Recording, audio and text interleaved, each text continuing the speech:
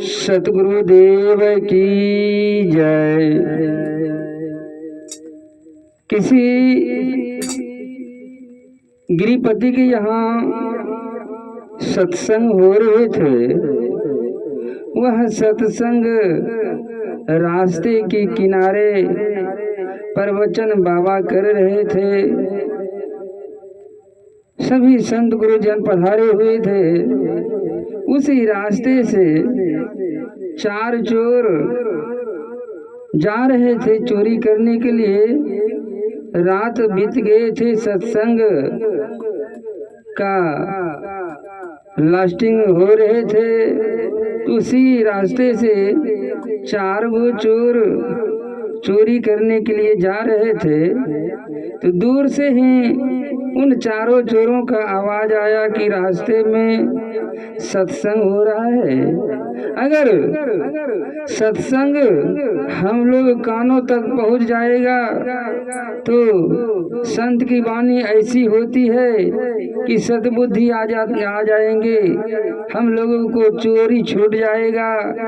तो कैसे प्रतिपाल हम लोगों का होगा। यह मेरा पेशा है चोरी करने का, यह चोरी छूट जाएगा बाबा का प्रवचन सुनने से। ऐसे करो, कान में उंगली दे दो ताकि बाबा का प्रवचन कानों तक ना आवे।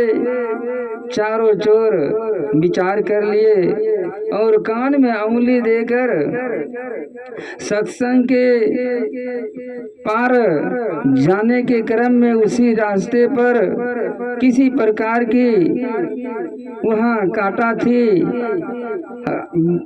पैर में। उनके एक चोर का पैर में उस सत्संग का आमने सामने किसी प्रकार की पैर में कांटा लग गया। अब कान में उंगली जो दिए हुए थे, बड़े तेजी से चारों चोर गुजर रहे थे, आगे बढ़ रहे थे। तो उसी सत्संग के समीप किसी प्रकार की पैर में कांटा गड़ जाने के बाद वह अब उंगली हाथ से छुड़ा कर कांटा निकालने लगा। तब तक उस बाबा का प्रवचन चल रहे थे कि देखो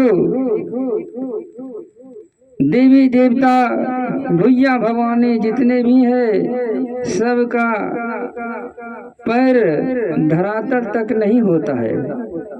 इतना सा शब्द सुना वह चोर और फिर उंगली कान में डाल दिए, चले गए चोरी करने के लिए। चोरी जो है उनको प्राप्त हो गया। किसी राजा के यहाँ चोरी करने के लिए गया, चोरी उनका प्राप्त हो गया। प्राप्त हो जाने के बाद जब सवेर हुआ, राजा का नींद जग जाने के बाद देखता है बहुत सामान चोर ने चोरा करके ले गया। तो उस राजा को जो है जितने भी वह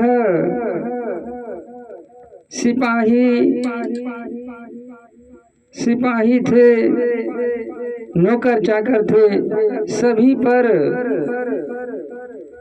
वह अपना डिमांड रख दिया कि तुम ही लोग चोरी करवाया है। तुम लोग रहते हुए कैसे चोरी हो गया।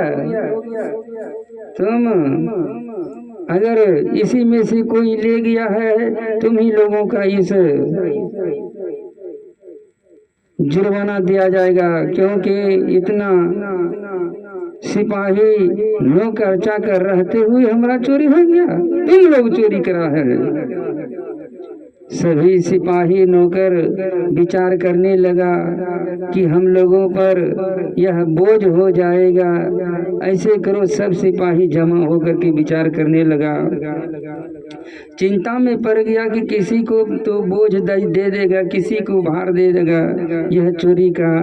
ऐसे करो, उसमें से सिपाही नौकर चाकर तेज होते हैं तो बोला कि देखो वह देवी बन जाता हूँ, मैं देवता बन जाता हूँ।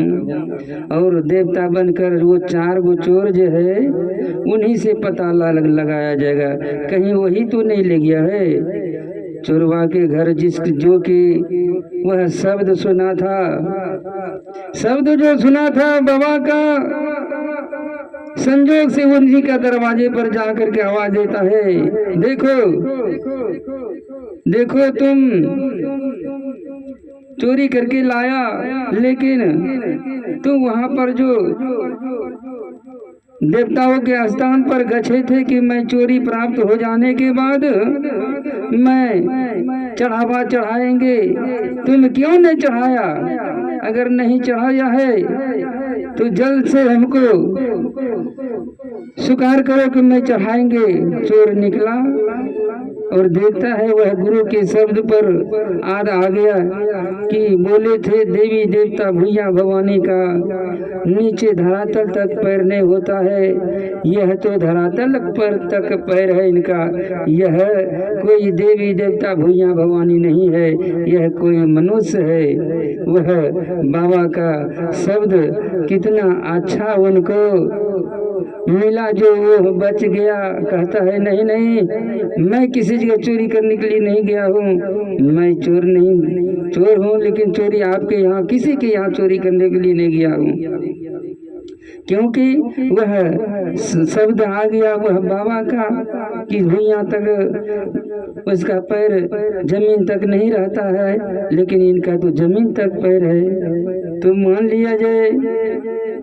वह कहा नहीं नहीं, मैं चोरी नहीं किया हूँ।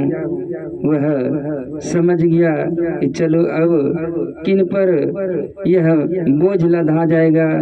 तो संत गुरु जनों का कहना है कि कान में उंगली जो दिया जाता है, अभी वर्तमान में वही क्रम हो रहा है, वही कार्य अभी वर्तमान में हो रहा है। क्या हो रहा है?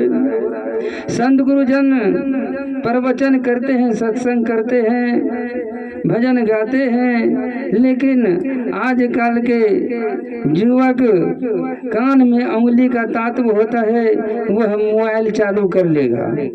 संत अपने वक्तव्य को रख रहे हैं, प्रवचन कर रहे हैं, भजन गा रहे हैं, और युवक लोग मोबाइल चालू करके अपना मोबाइल को देख रहे हैं। यह साबित यही होता है कि वह कान में उंगली दे दिया और संतों की वाणी क्या सुनेगा। वह तो कान में उंगली का तात्व हुआ, वह मोबाइल अपना चालू कर लेते हैं। ऐसे अगर संतों की वाणी नहीं सुनोगे तो क्या दशा होगा? जैसे कहते हैं आग लगी आकाश में, तुई के अंगार, अगर संत नहीं रहता तो जल जाता संसार, जल जाता संसार। संत गुरुजन अंगार की भांति वह आग मुख से उगल रहा है, लेकिन संत वही शब्द को सह रहा है। वही शब्द अंगार की भांति शब्द जो निकलता है संत सह लेते हैं। वह आकाश क्या है? यह मस्तिष्क जो है, यह मस्तिष्क से अंगार की भांति शब्द निकल रहा है, वह शीतल होकर के संत सह रहे हैं। संत की ऐसी परिभाषा होता है। प्रेम से बोलिए सद्गुरुदेव की जय।